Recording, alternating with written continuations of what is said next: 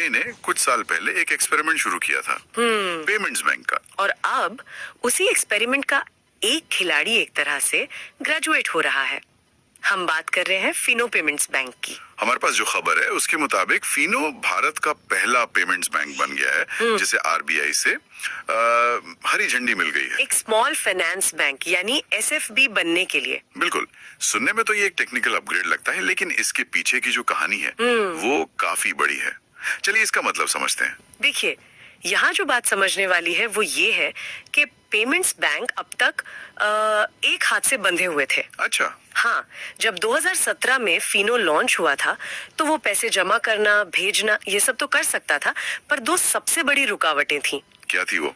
एक तो वो किसी को लोन या क्रेडिट कार्ड नहीं दे सकता था, और दूसरा एक ग्राहक से 2 लाख रुपए से ज्यादा डिपॉजिट नहीं ले सकता था। अरे, तो ये तो बिजनेस मॉडल के लिए ही एक बहुत बड़ी अड़चन है। बहुत बड़ी। मतलब अगर किसी छोटे दुकानदार की दिन की कमाई 2 लाख से ज्यादा हो जाए तो उसे दिक्कत होती होगी। बिल्कुल। और सोचिए, वो ग्राहकों से पैसा ले तो सकते थे, पर जब उसी ग्राहक को बिजनेस बढ़ाने के लिए पैसों की जरूरत पड़ती तो उन्हें मना करना पड़ता था। अब एसएफबी बनने से ये दोनों दरवाजे खुल गए हैं। डिपॉजिट की कोई सीमा नहीं, और सबसे जरूरी बात, अब वो लोन दे पाएंगे। और यहीं पर असली खेल शुरू होता है ना? सही पकड़ा।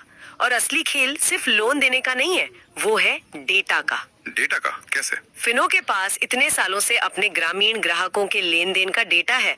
वो जानते हैं किसके खाते में कब कितना पैसा आता जाता है। अच्छा। इसी डेटा के दम पर वो ऐसे छोटे और कस्टमाइज्ड लोन प्रोडक्ट्स बना सकते हैं जो बड़े बैंक अपने भारी भरकम मॉडल से कभी नहीं दे पाते। तो मतलब फाइनेंशियल इंक्लूजन का असली मतलब अब जमीन पर उतरेगा? बिल्कुल। जैसे गांव में कोई महिला है जो अचार बनाने का छोटा सा काम करती है, अब उसे अपना बिजनेस बढ़ाने के लिए 5,000 रुपए का लोन लेने के लिए शहर के बैंक के चक्कर नहीं काटने पड़ेंगे।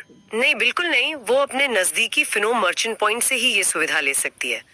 यही इसका सबसे बड़ा असर है। लेकिन ये सुनने में जितना अच्छा लगता है, क्या उतना आसान होगा? आसान तो नहीं है। मेरा मतलब, स्मॉल फाइनेंस बैंक बनने का मतलब है आरबीआई के और भी कड़े नियम, और सबसे बड़ा जोखिम तो लोन डिफॉल्ट का है। हाँ, ये बहुत ही जरूरी सवाल है।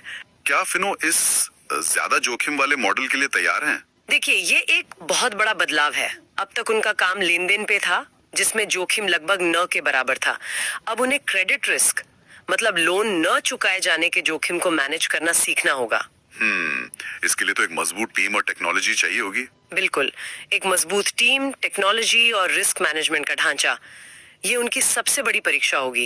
ये तो हुई फिनो की बात, लेकिन मुझे लगता है इसका असर तो पूरे सेक्टर पे पड़ेगा। निश्चित रूप से। मतलब क्या दूसरे पेमेंट्स बैंक जैसे एयरटेल या पेटीएम वो भी इसी लाइन में खड़े हैं? फिनो ने एक रास्ता बना दिया है। मुझे याद है जब पेमेंट्स बैंक शुरू हुए थे तो कई एक्सपर्ट्स कहते थे कि बिना लोन दिए ये कभी प्रॉफिट में आ ही नहीं पाएंगे। सही बात है। फिनो ने पहले तो पेमेंट बिजनेस में ही प्रॉफिट कमाकर उस थ्योरी को चुनौती दी, और अब उन्होंने अगला कदम भी बढ़ा दिया है। तो ये दूसरों के लिए केस स्टडी बन गया। हाँ, एक तरह से एक केस स्टडी है कि कैसे धीरे धीरे एक फुल सर्विस बैंक बना जा सकता है। तो कुल मिलाकर फिनो का ये कदम सिर्फ एक कंपनी का अपग्रेड नहीं है। नहीं, ये असल में डेटा की ताकत का इस्तेमाल करके ग्रामीण भारत की बैंकिंग जरूरतों को पूरा करने और शायद पूरे फिनटेक सेक्टर के लिए एक नया ट्रेंड शुरू करने के बारे में है। बिल्कुल। ये उस सबसे बड़ी कमी को पूरा करता है जो अब तक थी।